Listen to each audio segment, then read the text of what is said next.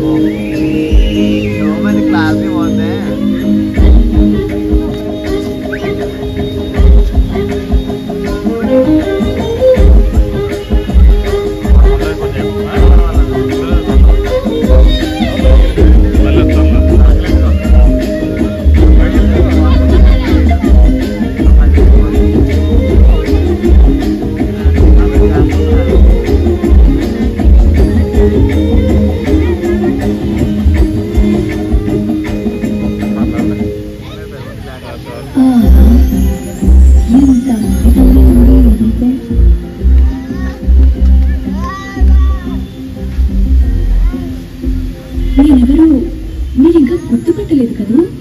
రాజమహేంద్రవరంలోనే నా ప్రతిబింబాన్ని చూసుకుంటున్నాను అని చెప్తే గుర్తుపడతారా? రాజమహేంద్రవరంలో ప్రతి నీటి బిందువుని నేనే అని చెబితే గుర్తుపడతారా? నేను మీ గోదావరిని.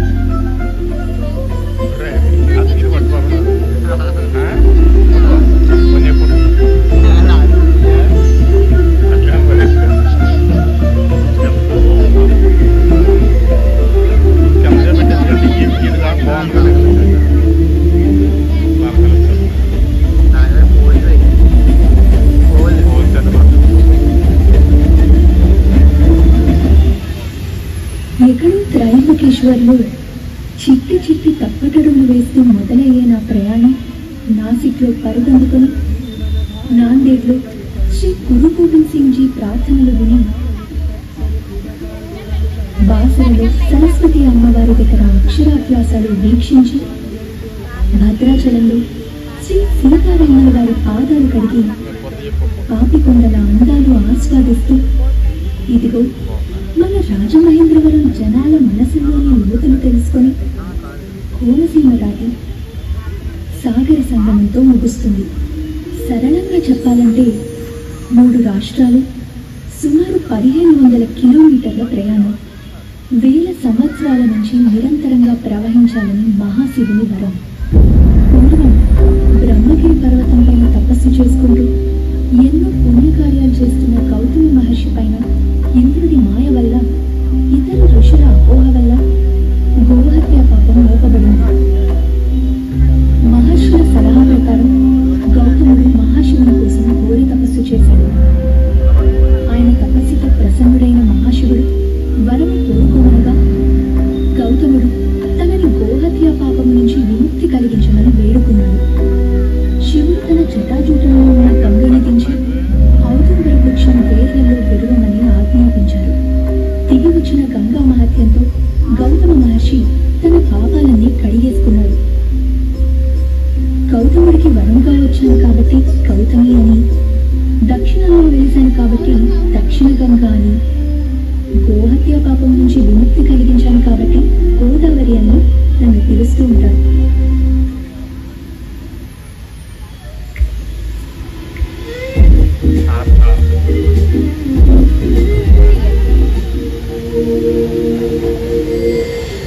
ఈ పుణ్య భారతదేశంలో ఎన్నో ప్రాంతాలు, ఎన్నో నదులు వెలిసి ఉన్నా కేవలం తెలుగువారు మాత్రమే వారి ప్రాంతాలకి నదుల పేర్లు పెట్టుకున్నారు. అందులో నా పేరు ఉండటం కూడా ఒక విశేషమే. అందుకే నేను తెలుగువారన్నా, అందులో 1000 సంవత్సరాల చరిత్ర గల రాజమహేంద్రవరం అన్నా నాకు ఎంతో ప్రీతి. వేల సంవత్సరాల పూర్వం బౌద్ధుల ఆనవాళ్లు వెలికి వచ్చిన మన రాజమండ్రి మూలాలు 10వ శతాబ్దం నుంచే వినపడతాయి. ప్రస్తుత శకం 919 నుంచి 934 మధ్యకాలంలో తూర్పు చాళుక్యరాజైన అమ్మరాజు విష్ణువర్ధనుడికి, ఆ తర్వాత అతని వంశంలో వచ్చిన రాజులందరికీ రాజమహేంద్ర అనే బిరుదు ఉండేదట. మొదటి విష్ణువర్ధనుడే ఈ పంచగిరుల మధ్య నగరాన్ని కట్టించి దానికి రాజమహేంద్రవరం అని ఘనమైన పేరు పెట్టాడని ఒక నానుడి ఉంది.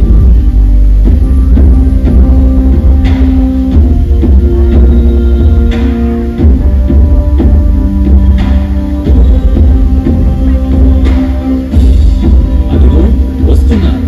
ఆయనే మన రాజమహేంద్రవరం నగరపు ముఖ్య కథలోని కథానాయకుడు. 1022 నుండి 1061 వరకు సుమారు 40 సంవత్సరాలు దిగ్విజయంగా పాలించిన రాజరాజ నరేంద్రుడు. పరమేశ్వరుడికి మహాభక్తుడు, ధర్మశాస్త్రాల ప్రాజ్ఞుడు, దానవీరుడు, ధర్మశూరుడు, సకల కళాహృదయుడు, ప్రజానాయకుడు, రాజకీయ చతురుడు, చోళుల ప్రీతిపాత్రుడు మన రాజరాజ నరేంద్రుడు.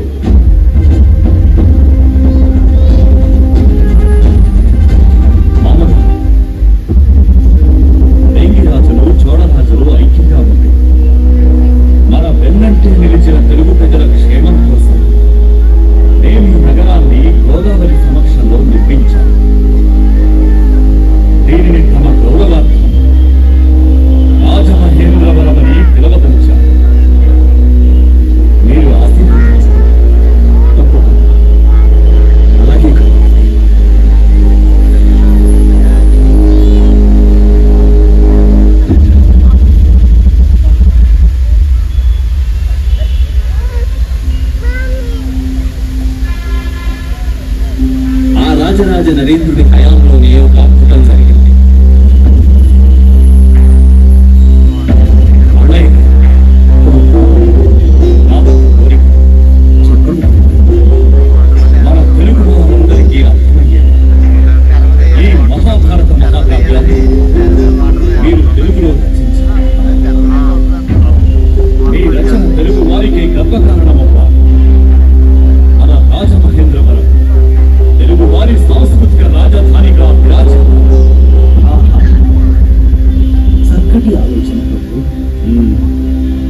కూడా నా బహుభాషల బహువిధముల బహుజనముల వలన వినుచు భారతబద్ధ స్పృహులగు వారికి నెప్పుడు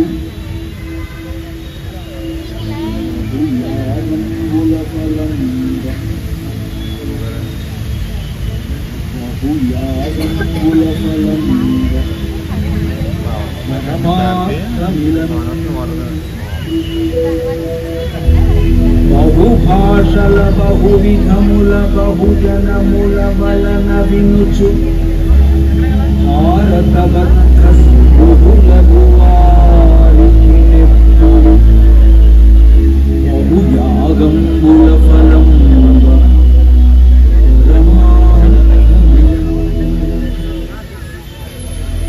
అలా రాజమహేంద్రవరం చాళుక్యుల నుండి చోళులకు, వారి నుండి కాకతీయులకు, ఆ తర్వాత మహమ్మద్ బిన్ తుగ్లక్ హయాంలోకి వెళ్లి రాజమహేంద్రవరం కాస్త రాజమండ్రిగా పిలువబడింది. ఆ పైన రెడ్డి రాజుల విక్రమంతో రాజమండ్రి పూర్వ వైభవాన్ని మళ్లీ సంతరించుకుంది. వారి హయాంలోని కవి సార్వభౌమ శ్రీనాథుల వారు ఇక్కడికి తరచూ వస్తూ ఇక్కడి ఉమా మార్కండేయ ఆలయ విశేషాలు, గోదావరి నది పరవళ్లు, పంచగిరుల అందాలు వీటన్నింటినీ ఆయన శైలిలో వర్ణించారు. వేగంగా మారిన రాజకీయ పరిణామాలతో రాజమండ్రి గజపతి రాజుల చేతిలో, వారి నుండి శ్రీకృష్ణదేవరాయుని విజయనగర సామ్రాజ్యంలోకి చేరింది. ఆ తర్వాత కొన్ని సంవత్సరాలు డచ్ వారు పరిపాలించగా బ్రిటిష్ వారు రాజమహేంద్రవరాన్ని కైవసం చేసుకున్నారు. బ్రిటిష్ హయాంలోనే రాజమండ్రి మళ్లీ పునర్వైభవాన్ని, ఆధునిక వ్యవసాయ పథకాలను పొందింది. ఆర్ట్స్ కాలేజ్ మరియు రాజమండ్రికే చిహ్నంగా నిలిచిన ప్రఖ్యాత బ్రిడ్జ్ను బ్రిటిష్ వారే నిర్మించారు.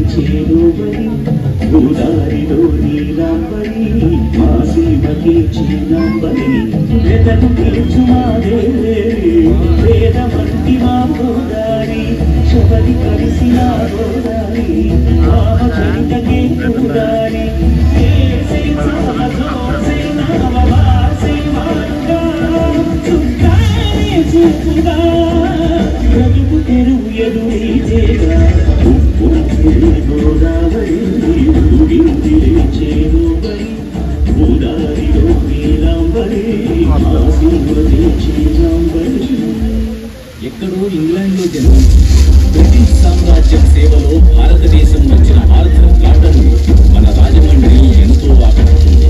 నేటి కోనసీమలో డెల్టా వ్యవసాయ అభివృద్ధి పనులు చేస్తూ బ్రిటిష్ వారు తనని ఎంత వారించినా రాజమండ్రి ప్రజల అభివృద్ధికి ఆయన ఎంతో పాటుపడ్డారు.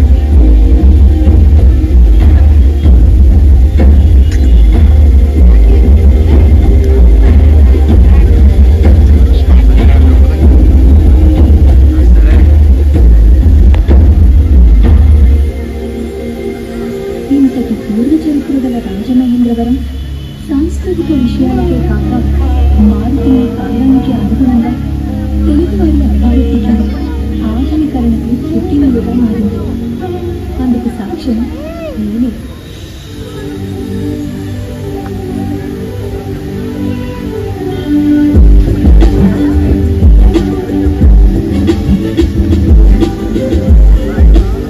శతాబ్దం చివరి రోజుల్లో ఆంధ్ర సంఘ సంస్కర్త శ్రీ కందుకూరి వీరేశలింగం పంతులు గారి సంఘ సంస్కరణలు మొదలుపెట్టింది మన రాజమండ్రిలోనే. ఈనాటి సమాజానికి ఈ బాల వితంతు పునర్వివాహాలు, ఈ సంఘ సంస్కరణలు, ఈ రచనలు అన్ని విప్లవాత్మకంగా, దుస్సాహసంగా అనిపించవచ్చు. ఈ సంఘంలో మార్పుతోనే మనమంతా ముందు తరాల వారికి పునాదులు వేయగలమని నా పూర్తి నమ్మకం. మీరు ధైర్యంగా ముందుకు నడవండి.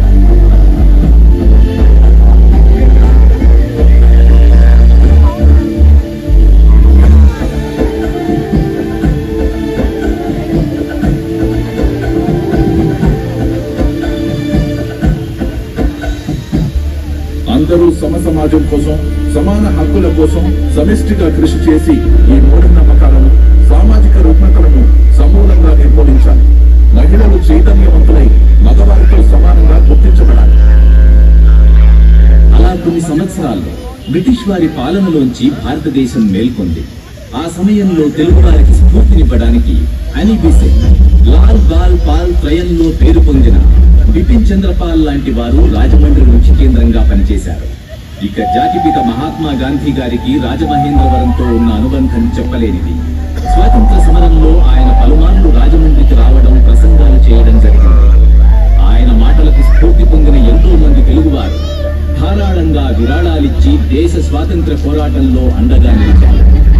అంతేకాకుండా ఎంతో మంది ఆయనతో పాటు స్వాతంత్ర పోరాటంలోకి వెళ్లారు.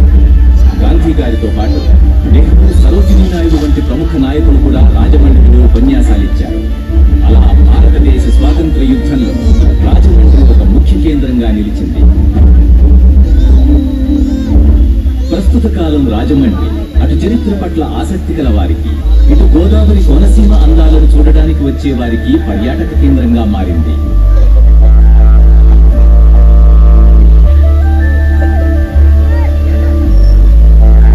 సలార్ధర్ కాటన్ రేట్, హ్యావ్లాక్ రేట్, అందుకని వీరేశలింగం గారు నిర్మించిన town hall, Rallabandi Subbarao museum,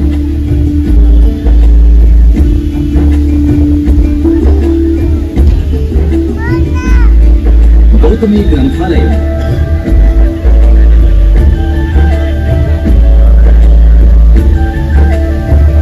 ISKCON మందిరం, ఉమా కోటిలింగేశ్వర ఆలయం వంటి చూడవలసిన ప్రదేశాలు ఎన్నో ఉన్నాయి.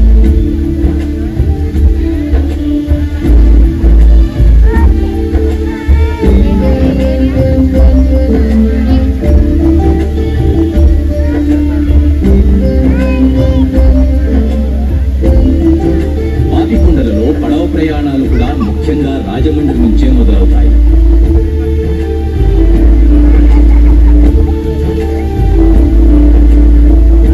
అయితే ప్రస్తుత రాజమహేంద్రవరం నగర పురపాలక సంస్థ ఆధ్వర్యంలో మరుగున పడిన లేదా ఇంకిపోతున్న చెరువుల పునరావాసంతో మన నగరం కొత్త హంగులు తెచ్చుకుంటోంది. అలాంటి ప్రయత్నమే కంబాల చెరువు పునరావాసం కూడా.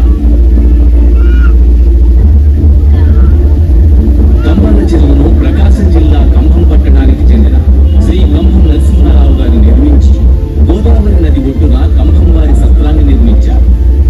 మన నగర పురపాలక సంస్థ, ఆంధ్రప్రదేశ్ ప్రభుత్వ ప్రోత్సాహంతో రాజమండ్రి ప్రజల ఆహ్లాదం కోసం ఉద్యానవనం కూడా నిర్మించింది. ఈ ఉద్యానవనం, ఇక్కడి పరిసరాలతో రాజమండ్రి ప్రజలకు కంబాల చెరువు పార్క్ మరొక ప్రతిష్టాత్మక చిహ్నంగా మారింది. మనలో ప్రతి ఒక్కరికి ఒక కథ ఉన్నట్టే ప్రతి నగరానికి ఒక కథ ఉంటుంది. ఆ నగర చరిత్ర, దాని అభివృద్ధిలో ఎన్నో మలుపులుంటాయి.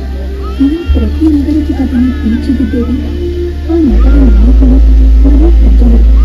కంబాల చెరువును మెరుగుపరుచుకున్నట్టే రాజమహేంద్రవరాన్ని తీర్చిదిద్దుకుంటే ఆంధ్ర ప్రజలే కాక దేశ ప్రజలు కూడా ముఖ్య నగరంగా రాజమహేంద్రవరం మారుతుంది. అలా జరగాలని నా కోరిక. అందరికీ శుభం జరుగుతాం.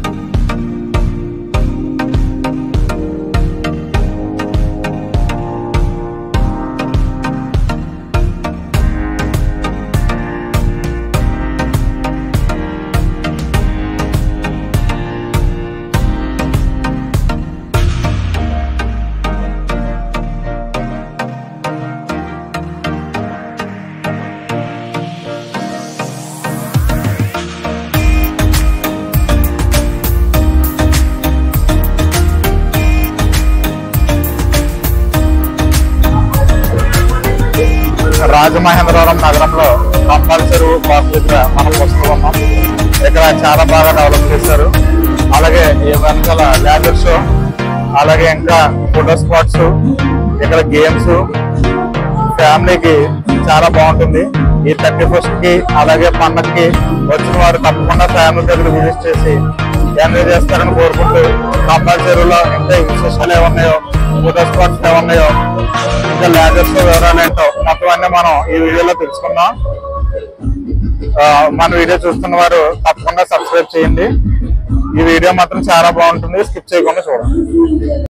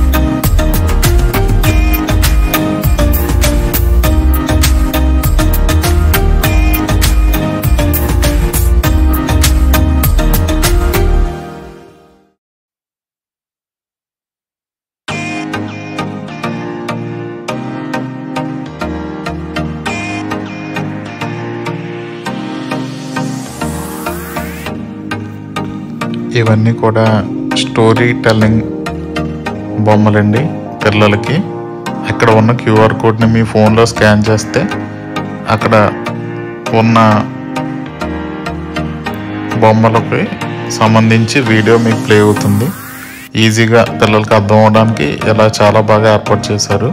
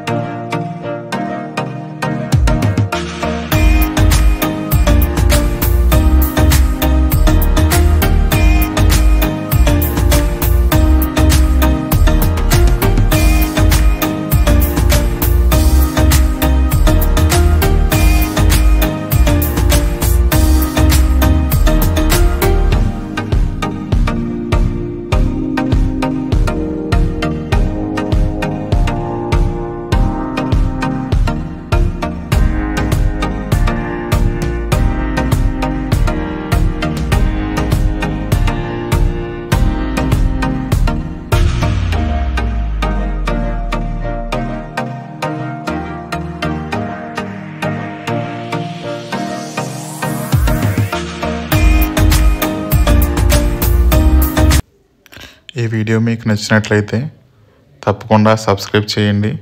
Please subscribe for more videos. Thank you for watching this video. తప్పకుండా ఈ ప్లేస్ని విజిట్ చేయండి, చాలా బాగుంటుంది.